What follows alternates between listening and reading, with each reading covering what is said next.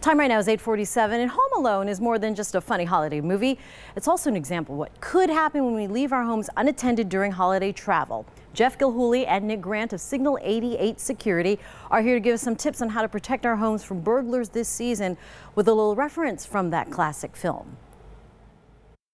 It's Christmas time. There's always a lot of burglaries around the holidays. So we're just checking the neighborhood to see if everyone's taking the proper precautions, that's all. Oh, yeah, well, we have automatic timers for our lights, locks for our doors. That's about as well as anybody can do these days, right?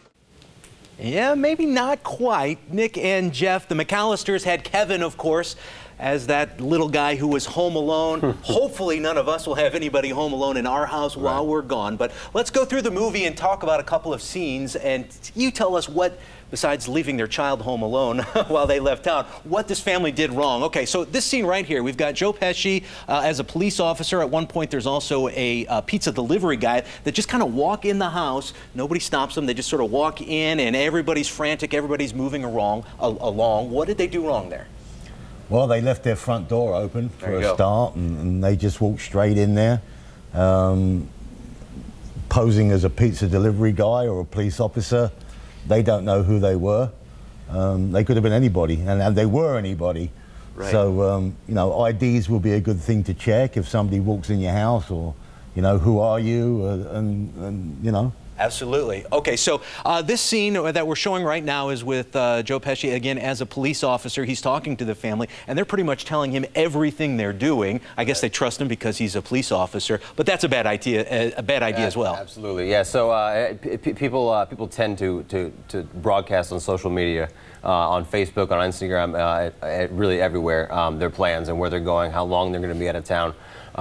That's really a bad idea.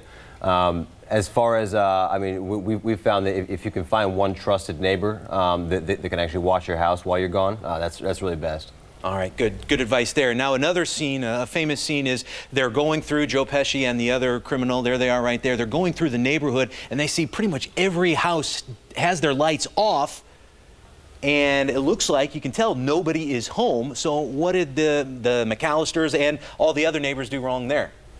Well, if you're going to, you should leave lights on, especially if you put them on a timer at night. Obviously, you don't leave them on during the day because, you know, not many people leave their lights on during the day in the house, you know.